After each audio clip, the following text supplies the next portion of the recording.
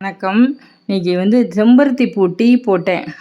செம்பருத்தி பூ இல்லை, வசீகர வேதாலேருந்து வாங்கியிருந்தேன். செம்பருத்தி பூவும் ஆவாரம் பூவும். சரி, இன்னைக்கு செம்பருத்தி பூ டீ போட்டு 2 பேரும் குடிச்சிட்டு, அப்புறமா தக்காளி தொக்கு வச்சேன். தக்காளி தொக்கு எப்படின்னா, நான் இன்ஸ்டாகிராமில் பார்த்தேன். ஆனால் அந்த மெத்தடில் செய்யலை, நான் என்னுடைய மெத்தடில் தான் பண்ணேன்.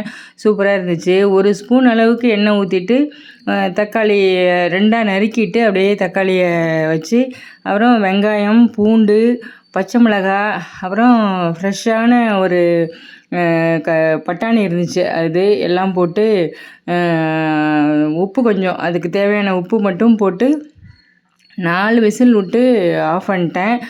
உடனே ப்ரெஷரை ரிலீஸ் பண்ணிவிட்டு எடுத்தால் நல்லா சூப்பராக வெந்துருந்துச்சு. அப்படியே அந்த தோலெல்லாம் எடுத்துட்டு அப்படியே கடைஞ்சி விட்டு, உப்பு, காரப்பொடி, நீங்கள் கரம் மசாலா இருந்தால் போடலாம். என்கிட்ட இல்லை அதெல்லாம். காரப்பொடி, சாம்பார் பொடி தான் நான் போட்டேன். சாம்பார் பொடி போட்டு நல்லா கிளறி கொடுத்தேன். இந்த ஸ்டேஜில் கொத்தமல்லி, கருவேப்பிலை போட்டு இறக்கலாம். என்கிட்ட இல்லை, அதனால் போடல. தோசை, தக்காளி தொக்கு வச்சேன், சூப்பராக இருந்துச்சு.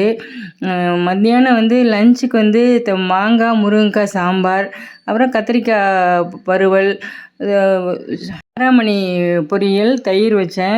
தக்காளி தொக்கு இல்லை, இருந்திருந்தால் நல்லா இருந்திருக்கும்.